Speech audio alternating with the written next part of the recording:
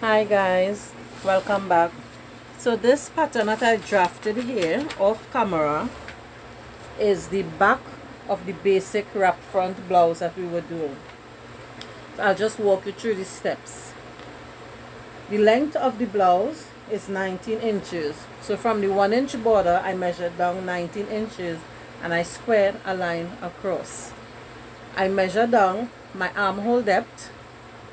After finding half of my shoulder measurement across, which is 9 inches, from the 9 inches point, I measure down my armhole depth, which is 9 inches, and I squared a line across. On that line I squared across, I measured quarter of my bust. But since it's a stretchy fabric that I'm using, I did not add any ease. So quarter of my bust measurement is 13 and a quarter. My bust circumference is 53. I found half of the armhole depth measurement, which is 4.5. My armhole depth is 9 inches. I came down 1 inch from my shoulder measurement for the back of the blouse. The front we came down 1.5. I connected from the end of the 1 inch point straight back up to the neck.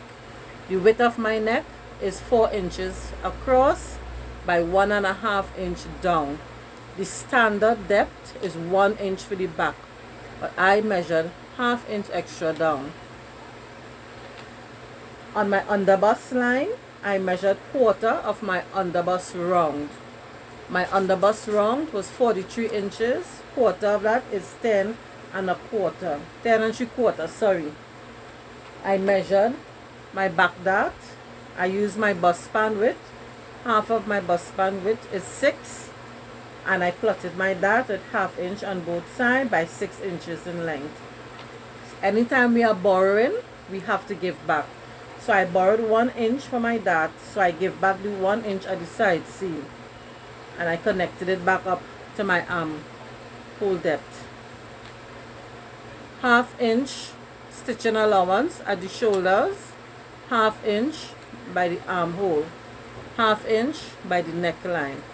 I did not put any stitching allowance at the side seam because the fabric is super stretchy, so it will work just fine. ½ inch stitching allowance at the end of it, the length, because I'll be attaching a peplum to this blouse. Stay tuned for the cutting and stitching on the fabric.